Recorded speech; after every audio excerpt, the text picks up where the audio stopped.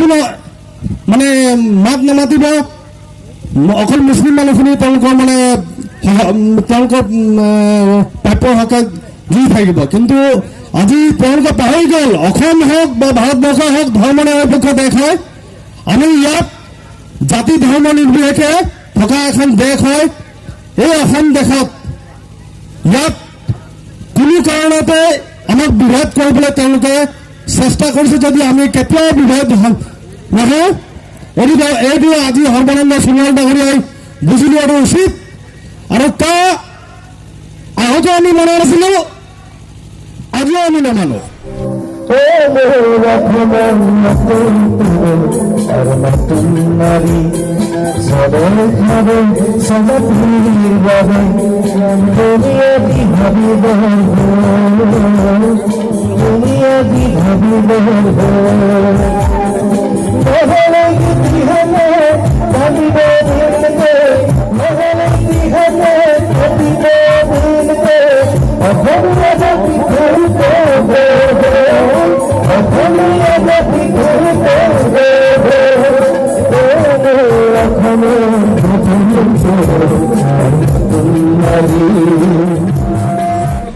ইমান বিশ্বাস কৰিছিলো মানুহটোক।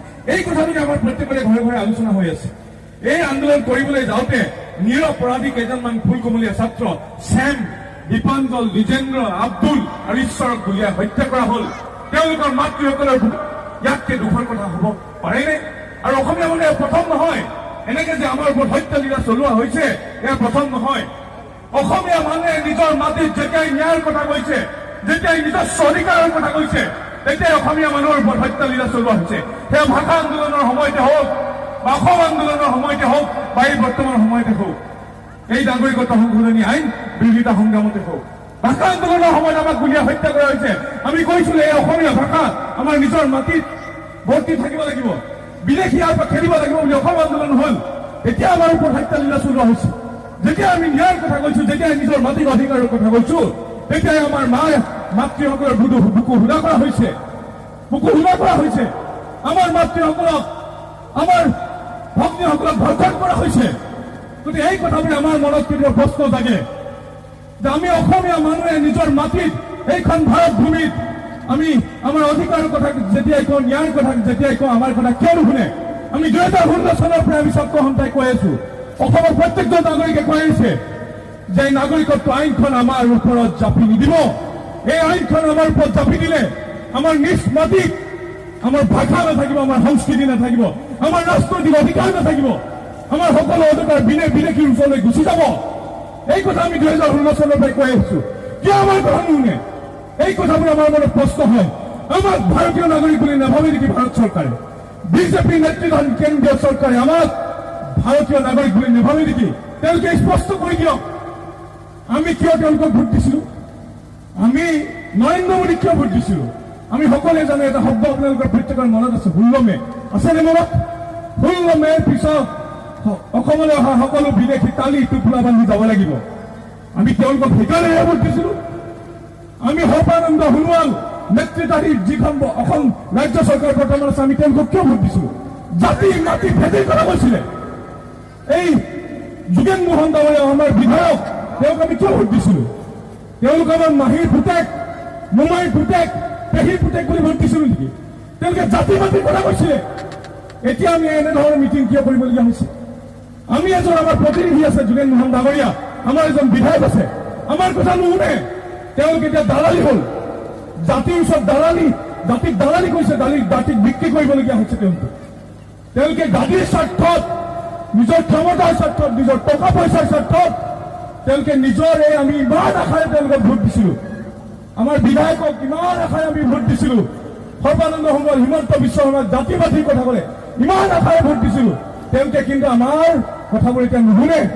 আমি এনেধৰণে ঘণ্টাৰ পিছত ঘণ্টা লৈ আমি এনেধৰণে সভা পাতিবলগীয়া হৈছে। ৰাইজ এতিয়া পথ কি?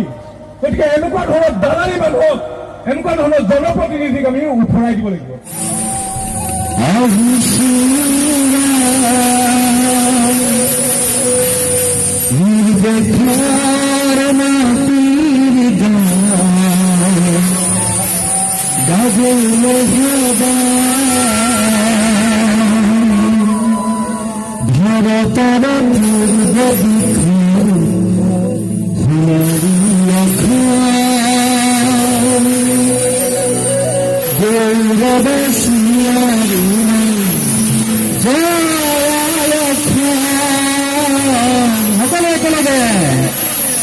যারা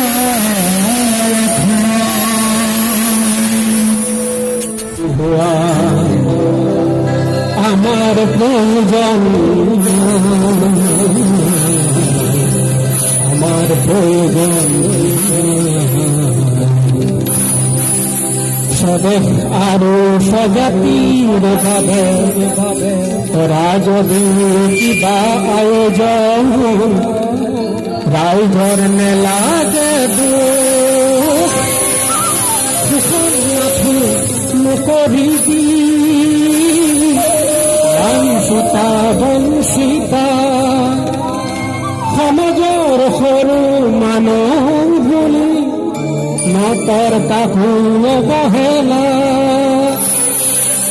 ৰাইজে ধৰি বদাই, ৰাইজে ধৰি বদাই, ৰাইজে ধৰি বদাই, ৰাইজে ধৰি বদাই।